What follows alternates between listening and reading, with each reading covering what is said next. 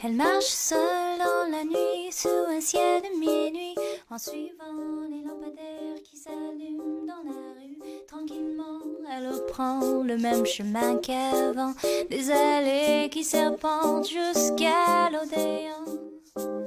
Et dans les vitrines en face, elle se voit passer.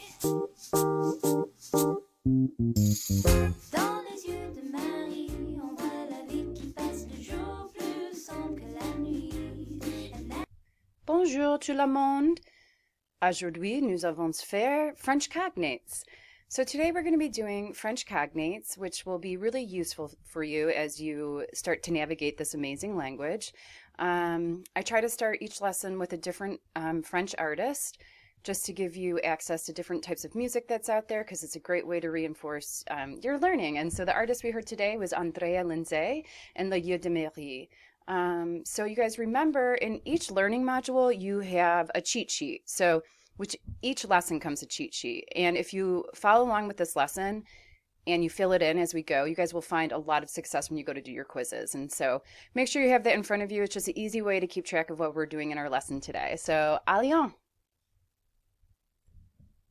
So the first thing we're going to talk today about is the brief history of the French language. So how did English and French come to share so many of the same words and even language concepts? The history of the two languages dates back to 1066 with an invasion into England. William the Conqueror invaded England, known as the Norman Conquest. Many traditions came along with them, including the French language. French became an official language for education, politics, and administration. The joint Anglo-Norman language remained prominently used even after the era of the Norman presence in England. Fast forward many centuries today, and the French language introduced back then transitioned into common words in modern English. I think you guys are going to be surprised that how much French vocabulary you already use in everyday life. So as we continue on, you're going to see that. So first, what I'll explain to you is what a cognate is, and these are really useful when navigating any language. And so you can find cognates in English to French, English to Spanish, English to Italian, English to German, so it's not just this language. One of the best things about learning French from English is that there are hundreds of words that you already know. As an English speaker, you have a huge advantage in learning French compared to, say, a person trying to learn French with a native language from a country such as Japan or China. You have the advantage of the same alphabet and a mile-long list of cognates. What this means is you effectively start learning French with a vocabulary of almost 1,700 words without even trying. When you find words that are same in the both languages, they are referred to English-French cognates. The proper definition of a cognate is reserved for words that exist in two different languages and have the same root or origin. Since French and English both have Latin roots, there are heaps of words that are the same or very close in both languages. Obviously, they aren't pronounced the same in English, but once you have the rules down for French pronunciation, you are free to communicate away. So there are three types of French cognates. There are true cognates, vrais amis. These words share identical spellings and meanings in both English and French. Semi-true cognates. These words are spelled almost the same in both languages, but might have a slightly different meaning.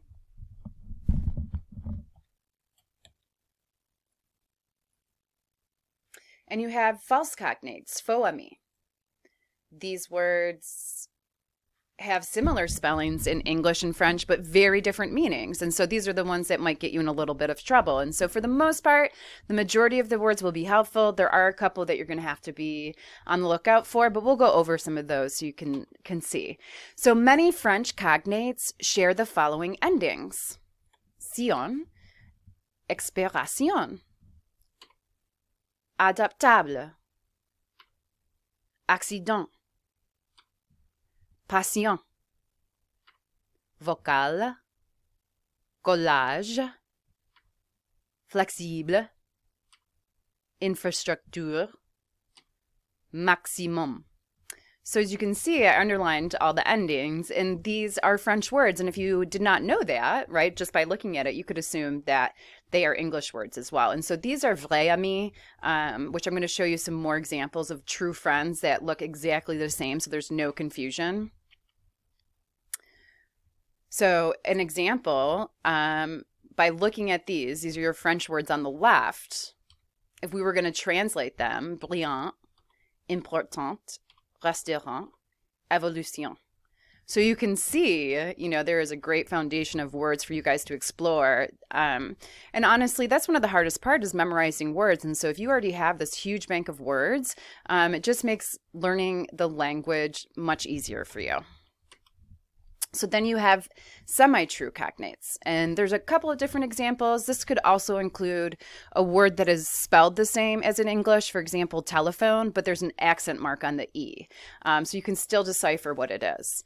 But for example, this one of the most common examples for semi-true cognates is pork versus pork. In English, pork refers to the meat of a pig, but in French, pork can also translate to pig. Since it's a French cognate, you'll have a general understanding of what the word is referring to, but be careful about how you use them in French context.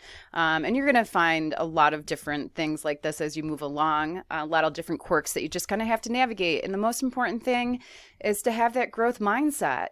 You're always going to be learning this language, and at times it is going to be frustrating. And so you just have to kind of push through and use all of these resources that you have to make your life easier. So now we have our faux amis. So for example, if you guys looked at attendre, right, you might think that it means to attend, but it actually means to wait. And so maybe now you get what I see about faux amis, that you look at this word and it looks like something in English, and it actually has a very different meaning. So for example, blessé looks like bless, but in French it's wounded.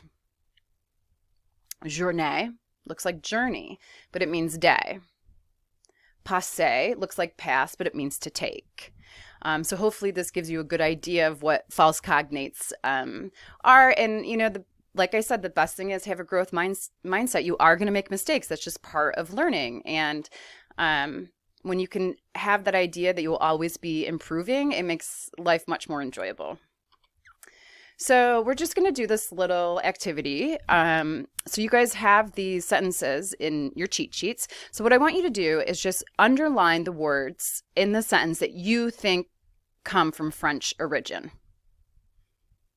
So there's definitely a couple of them in here, and we can't see what you're doing. So if you underline one that's not correct, whoop-de-dink, that's the whole point, is having this mindset of growing and learning.